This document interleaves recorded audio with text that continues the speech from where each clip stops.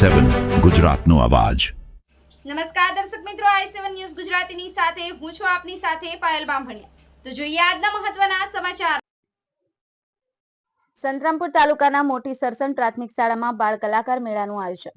પ્રાપ્ત માહિતી અનુસાર સમગ્ર ગુજરાતમાં જૂન મહિનાથી શૈક્ષણિક કાર્ય ચાલુ થઈ ગયું છે, ત્યારે સંતરામપુર તાલુકાના મોટી સત્સંગ પ્રાથમિક શાળા બાળકો માટે બાળ મેળાનું આયોજન શાળા પ્રશાસન દ્વારા કરવામાં આવ્યું હતું। શાળામાં ભણતા તમામ બાળકોએ પોતાની અલગ અલગ કૃતિઓ રજૂ કરી અને પોતાનામાં રહેલી સુસુપ્ત શક્તિઓ બહાર લાવવાનો પ્રયત્ન કરવામાં આવ્યો હતો।